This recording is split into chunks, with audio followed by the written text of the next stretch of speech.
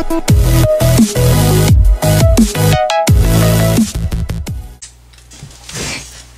guys, this is Non-Lammers of Invoked 101, and today I am doing a updated Subterror deck. This has Guru in it, coming out of Savage Strike. Last night I went to the sneak peek. I actually went 4-1 with Cyber Dragons. Probably should have went 5-0, but I had some interference from another player during one of my matches while we had like 5 minutes left, and I'm pretty upset about that. But I did end up getting a lot of the things I needed for a lot of different decks. We actually ended up pulling the Mystic Dragon Phantasme and Borreload Savage Dragon. That was pretty cool. I pulled the Trickstar Stage card and the Ghost Meets Girl Shiranui card that's currently in Vendreads. So I pulled a lot of stuff that will, and I got a lot of cards that are going to update the small stuff, but I ended up not getting any Pot of Extravagance, so that kind of sucks. But I did end up getting 3 Gurus, so you can expect a Guru Control deck. Some of you probably looked at the first 3 cards and were like, oh, this isn't Guru Control, bye.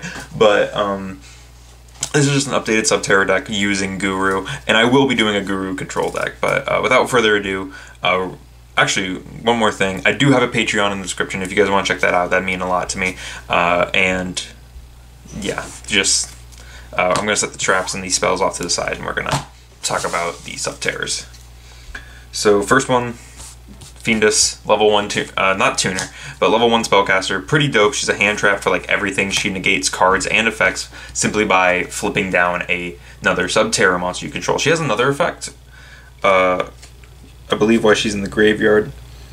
You can target a face-up monster you control, change the face-down possession, change the face-down defense position. If you do, special summon a Subterror monster from your hand or graveyard in face-up or face-down defense position. So that's really cool.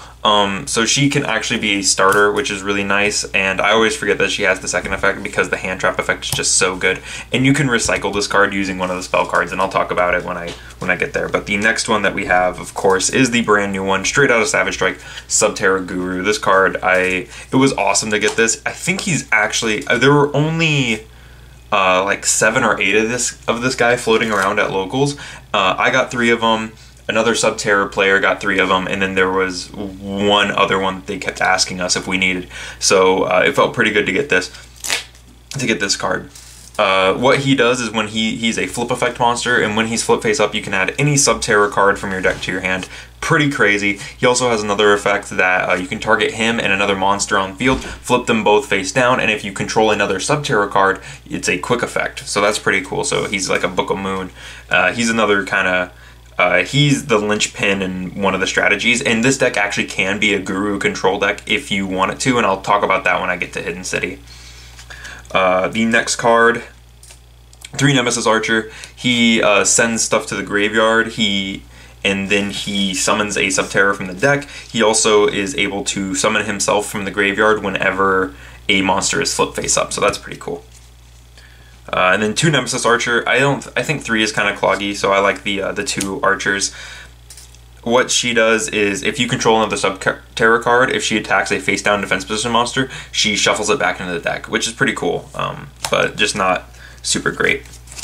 That's it for the little Subterrors, the level 4s and the Fiendus. They're just pretty small. Next up is the Behemoths. I play 2 Umastrix. So all the Behemoths share an effect, which is when a monster is flip face down, you can special summon them from the hand, which is pretty dope. And then you can special summon them in face up or face down defense position. And then they all have a unique flip effect. His flip effect is that you get to banish a monster.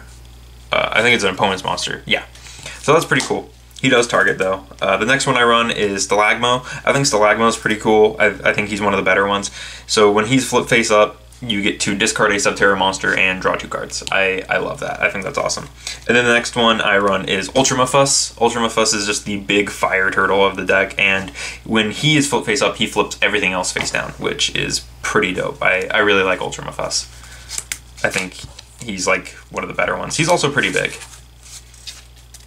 So that's it for the monsters. I don't run hand traps. If you want to run hand traps as a card I'll talk about that you can take out for hand traps. I like to keep this pretty budget friendly, but what I'm about to say is like not budget friendly. 3 Hidden City. Hidden City is about $40 now, which is unfortunate. This card was a $10 secret rare when it first came out. and then was a $15 secret rare, and then I believe got to 20 bucks, and then Guru got announced, and now it's 40. So unfortunately, it has spiked in price. But big shout out to Pendulum Mystic. He hooked me up with the vast majority of this deck back when this was like a $15 card. So big shout out to him. I wouldn't have these if it wasn't for Pendulum Mystic. But Hidden City has the effect of when this card is activated, you can add a Subterror monster from your deck to your hand. Once per turn, you can flip one Subterror monster you control face up, and then it also has a battle negation effect, which I will read to you because I haven't played this deck in a while. Once per turn, when an opponent's monster declares an attack, you can change one face down defense position monster you control to face up attack or defense position, then negate the attack. So that's pretty cool. It triggers the Subterrors. It's a really dope card. And real quick, I will tell you how Subterror Guru control works. So you just need one copy of Hidden City, you activate it, and then you use its search to search Guru.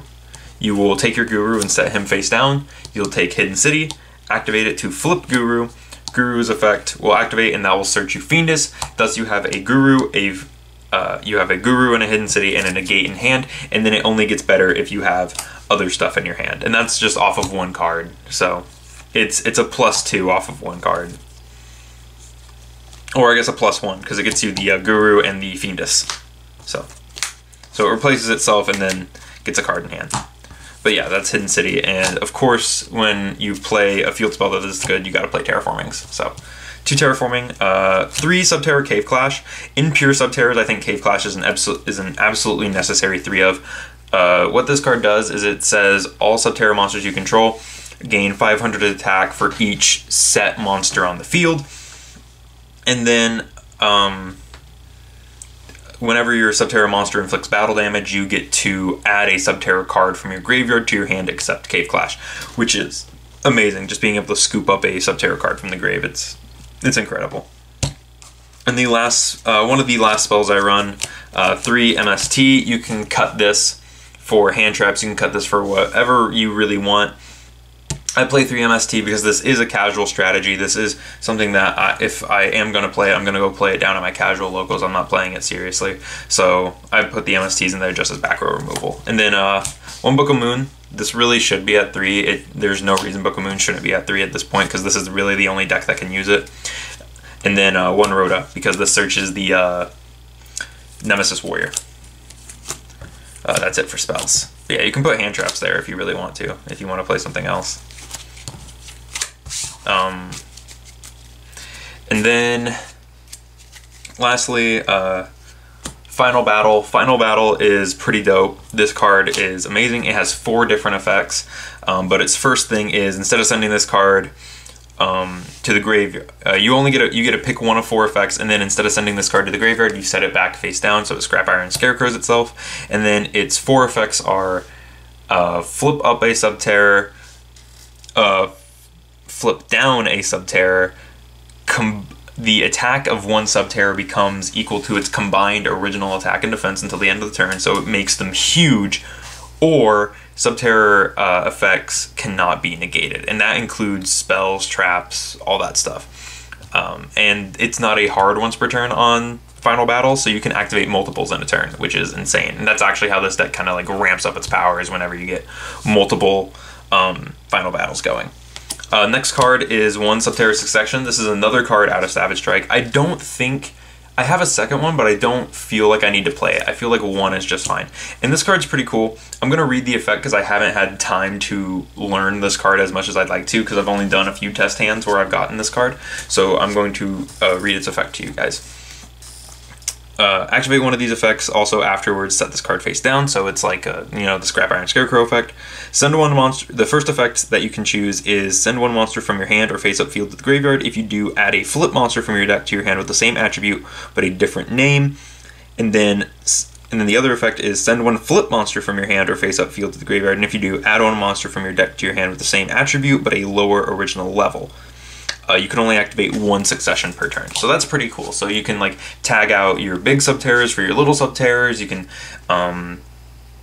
turn your little Subterrors into a big one if you need to. It's pretty cool. And for flip decks, this seems like a pretty neat card. Especially, I feel like crawlers are going to use this a lot more maybe than Subterrors because I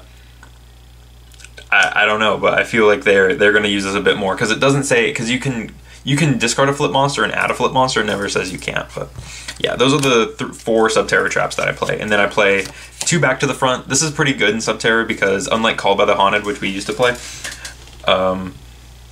this just summons it in defense position, which kind of sucks, but at the same time it's like, oh, that's nice because Subterror is like being in defense, so it doesn't really matter. And then I play a Mirror Force package, which is 2 Storming and 2 Quaking.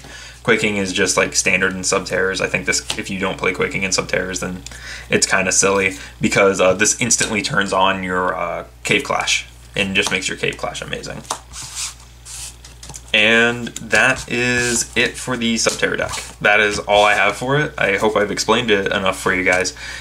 I think this deck is really fun. I think it's a pretty fun casual strategy, and with Guru, the deck just gets better.